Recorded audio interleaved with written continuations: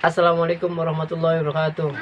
Berlombalah untuk kebaikan, sungguhnya mensubscribe juga suatu kebaikan.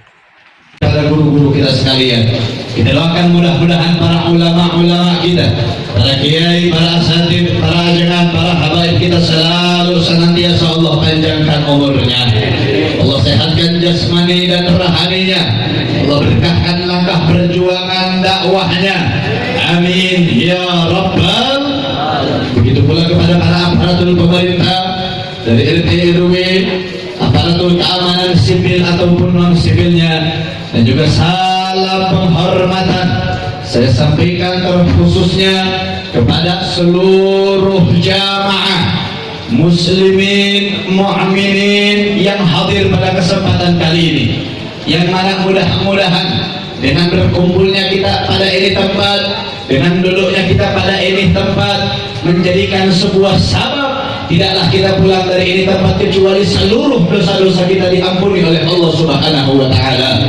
Dosa keluarga kita diampuni oleh Allah. Dosa ibu bapak kita diampuni oleh Allah. Apabila di antara kita ada yang sedang sakit, Allah angkat penyakitnya. Di antara kita ada yang sedang kesusahan, Allah berikan kemudahan di dalam kehidupannya. Dan mudah-mudahan dengan keberkahannya Sayyidil Maulud wal Khaliqil Ma'bud, tidaklah kita meninggal kecuali di dalam keadaan husnul khatimah. Amin ya rabbal. Alhamdulillah, segala puja beserta puji kita haturkan kehadirat Allah Subhanahu wa taala. Huwallahu alladzi la ilaha illa ghairuh, yang mana dialah Allah yang satu-satunya kita sembah, karena dialah Allah yang maha perkasa lagi maha berkuasa atas segala penguasa yang ada di alam muka bumi ini.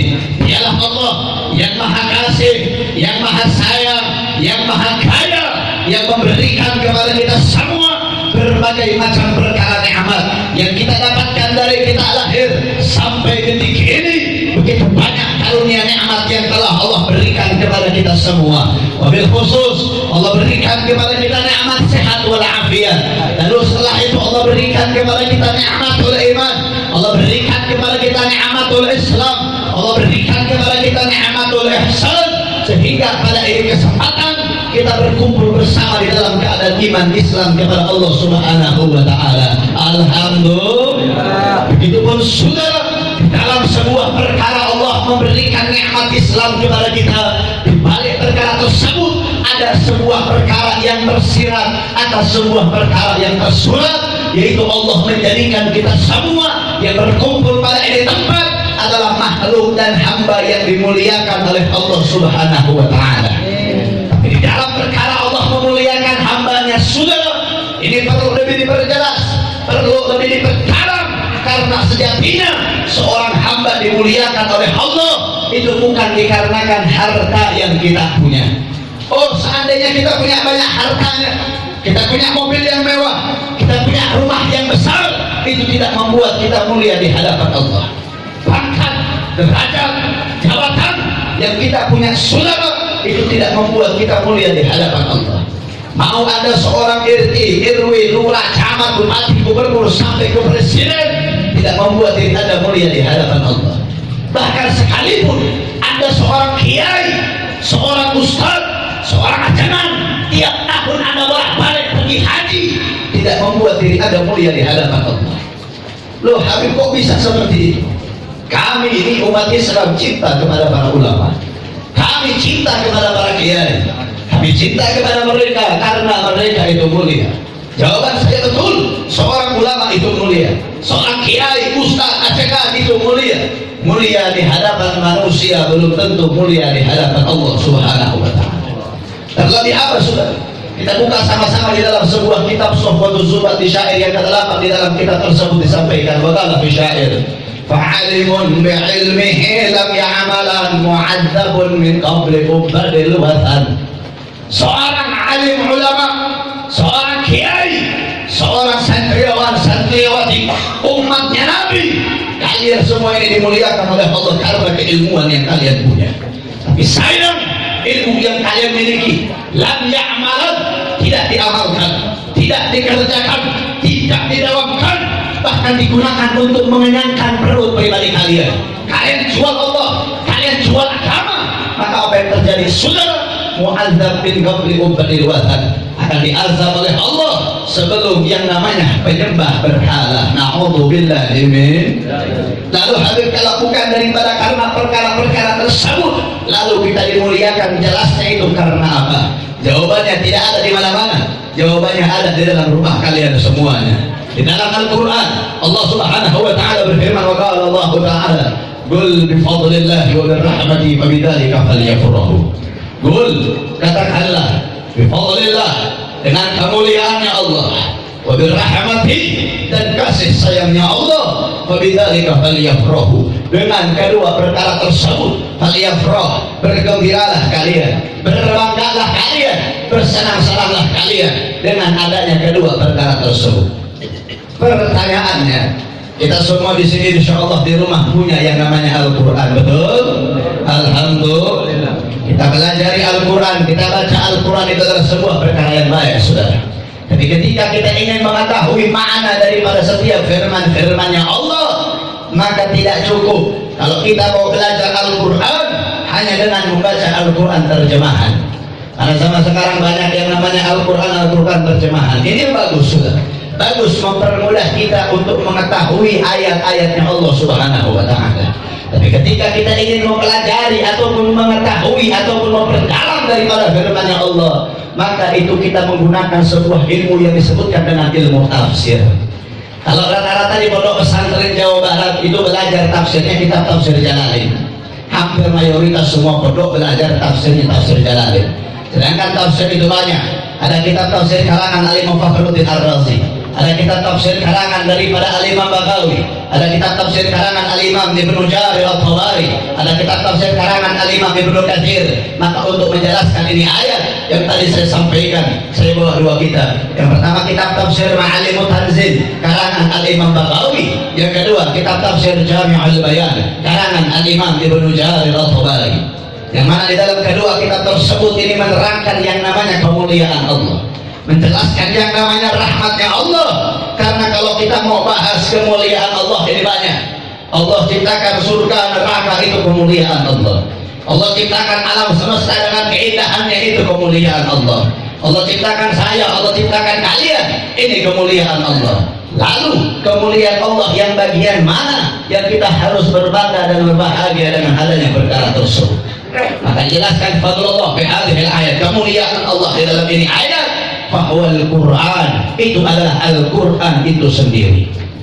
Jadi Al-Quran itu adalah kemuliaan Allah yang patut kita banggakan, yang patut kita senangi, yang patut kita berbahagia dengan adanya Al-Quran. Tapi sayang, umat di zaman sekarang banyak yang melepaskan diri dari Al-Quran. Buktinya sudah ada dan tidak bisa kita pungkiri. Banyak orang-orang yang sudah umurnya 30 tahun, sudah punya anak 2, punya anak 3. Di sini disuruh baca Al-Quran, dia jawab, aduh maaf saya tidak bisa, saya masih Iqra 4 soalnya. Banyak orang-orang di zaman sekarang dia menjadi imam masjid, tapi ketika dia membaca suratul Fatihah, dia baca surah-surah pendek, dia tidak bisa membedakan mana itu sin, mana itu shin, mana itu ta. Dia tidak bisa membedakan mana itu dha, mana itu tha. Dia tidak bisa membaca bagaimana cara makharijul huruf yang benar. Dan ini terjadi di antara kita semua, saudara. Inna lillahi wa inna ilaihi. Sedangkan Nabi ketika wafat, Nabi tidak meninggalkan apapun. Nabi tidak meninggalkan harta, tidak meninggalkan istana. Yang Nabi tinggalkan adalah dua perkara. Barang siapa umatnya berpegang dengan kedua perkara tersebut, maka tidak akan tersesat, akan selalu terjaga di dalam agamanya Allah Subhanahu wa ta'ala. Yang pertama adalah Al-Quran, dan yang kedua adalah sunnahnya baginda Nabi besar Muhammad. Al-Quran saja sudah banyak yang kita tinggalkan. Sekarang kita lebih peduli dengan perkara-perkara dunia, kita lebih peduli dengan piala dunia. Terkadang kita lebih peduli dengan perkara-perkara yang tidak ada manfaatnya daripada membaca daripada firman-Nya Allah Subhanahu wa ta'ala. Terkadang ada orang-orang di rumah-rumahnya, dia punya Al-Quran hanya sebagai menjadi pajangan yang memiliki debu yang sangat tebal, yang mana itu pajangan hanya dijadikan pajangan di dinding rumahnya, dijadikan pajangan di rumahnya. Tapi kalau disuruh baca Al-Quran, mereka keluarga tidak pernah hidup dengan Al-Quran, dengan firman-Nya Allah Subhanahu wa ta'ala. Na'udzubillah wa a'yadu billahi min. Maka mudah-mudahan apabila di antara kita yang sebelumnya kurang saleh keluar dari tempat, mudah-mudahan kita menjadi ahli Al-Quran, kita menjadi saleh, semakin taat kita beribadah kepada Allah Subhanahu wa taala. Amin ya rabbal. Nah, itu ada ikhtilaf, saudara. Ada ulama yang mengatakan kemuliaan Allah itu adalah Al-Quran, tapi ada ikhtilaf ma bainal ulama. Ada perbedaan antar para ulama, yang mana Sayyidina Abbas rahimahullah itu mengatakan kemuliaan Allah bukan Al-Quran tapi ilmunya baginda Nabi besar Muhammad sallallahu alaihi wasallam. Lalu mana yang benar, Al-Quran atau ilmu? Saya dua-duanya ambil, ilmunya saya ambil, Al-Qurannya saya ambil. Tapi kalau kalian ingin tahu mana yang lebih mu'tamad, mana yang lebih kuat, mana yang jumhur ulama, mayoritas ulama memegang daripada perkara tersebut, itu adalah pendapat yang pertama, yaitu adalah Al-Quran. Karena ilmunya Nabi itu berasal dari firman-Nya Allah Subhanahu wa ta'ala. Itu kemuliaan Allah. Lalu rahmatnya Allah, sayangnya Allah, cintanya Allah kepada kita semua, yang kita dipatutkan berbangga dan berbahagia dengan perkara tersebut adalah Allah menjadikan kita yang berkumpul pada ini tempat umatnya baginda Nabi besar Muhammad. Ini yang saya maksud. Yang membuat kita mulia bukan pangkat, derajat ataupun jabatan, bukan harta yang kita miliki, tapi yang membuat kita mulia adalah kita dijadikan oleh Allah sebagaimana umatnya baginda Nabi. Alladzi mata'allaq bin Nabi akramahu Allah fi dunya wal akhirah. Apapun yang terikat, yang bersandar, yang terkait dengan baginda Nabi, maka itu perkara akan dimuliakan oleh Allah dunia dan akhiratnya, saudara. Sebagaimana sebuah penjelasan yang bisa kita pelajari di dalam sebuah kitab yang berjudul Khasyiyah Syarwani ala Tuhfatul Muhtaj. Khasyiyah Syarwani itu karangan Al-Imam Ahmad Asy-Syarwani. Itu kitab diambil daripada kitab Tuhfatul Muhtaj karangan Al-Imam Ibnu Hajar Asqalani. Tuhfatul Muhtaj itu syarah daripada kitab Minhajul Talibin karangan Al-Imam An-Nawawi, yang mana di dalam kitab Khasyiyah Syarwani ada satu bab menjelaskan yang menjadikan pembelajaran untuk kita. Apa penjelasannya? Inna afdhalal layali arba'atul layal. Sesungguhnya paling afdhalnya malam, paling baiknya malam, paling mulianya malam, arba'atul layal, ada 4 malam, saudara.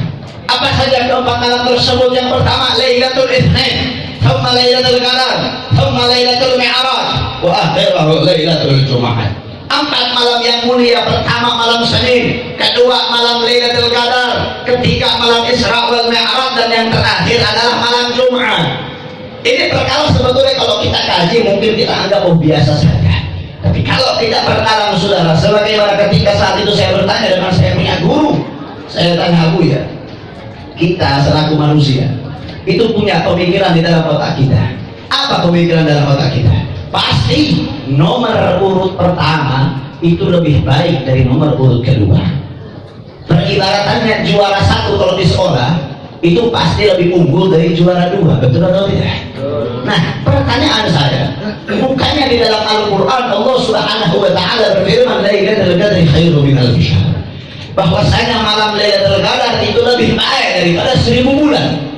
Lalu kenapa di dalam ini kitab malam Lailatul Qadar ditaruh di urutan kedua, sedangkan malam Senin ditaruh di urutan pertama? Apakah ini menandakan malam Senin lebih baik daripada malam Lailatul Qadar? Nah, ini pertanyaan saya. Apa jawabannya? Dijawab oleh guru saya dengan dalil syairnya Sayyid Amin Qutubi, yang mana Sayyid Amin Qutubi dalam syair mengatakan, ya Lailatul Itsnaini ma'adha safatil akhir. Yang membuat malam Senin ini mulia, yang membuat malam Senin ini agung, yang membuat malam Senin lebih baik daripada malam-malam yang lain, Allah tidak akan menciptakan malam Lailatul Qadar kalau bukan karena sebabnya malam Senin. Tidak akan Allah ciptakan yang namanya malam Isra wal Mi'raj kalau bukan karena sebabnya malam Senin. Nggak akan ada malam Jumat kalau bukan karena sebabnya malam Senin. Nggak akan kalian tahu surga, neraka, sholat, zakat, puasa, haji kalau bukan karena sebabnya malam Senin. Nggak akan Allah ciptakan saya, ciptakan kalian kalau bukan karena sebabnya malam Senin. Kenapa?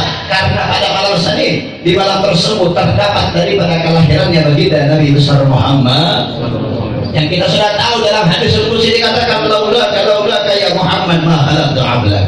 Kalau bukan karena baginda Nabi, Allah tidak akan menciptakan alam semesta dan isinya. Yang menjadikan pembelajaran untuk kita semua apa? Sebuah malam yang mungkin kita anggap ini malam biasa, tidak ada keistimewaannya, tidak ada kemuliaannya. Kita anggap malam Lailatul Qadar sebagai penyempurna Al-Quran. Kita anggap malam Isra wal Mi'raj sebagai daripada perjalanan Nabi melaksanakan Isra wal Mi'raj. Itu malam-malam mulia karena ada sebuah kejadian. Lalu apa yang membuat malam ini mulia? Malam ini mulia karena terikat kepada Nabi. Lantas bagaimana dengan kita yang berkumpul pada ini tempat? Kita yang membaca lisan bersalawat kepada Nabi.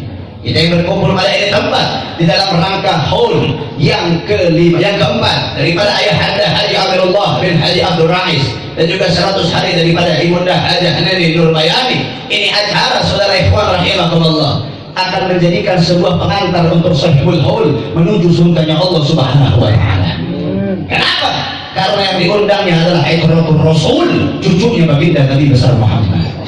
Dikaitkan dengan Rasul, dikaitkan dengan Nabi. Ini akan menjadikan sebuah saksi perkumpulan pada ini tempat, perkumpulan pada ini kesempatan, menjadikan sebuah bukti kita semua akan berkumpul kembali bersama Nabi di surga Allah Subhanahu wa taala.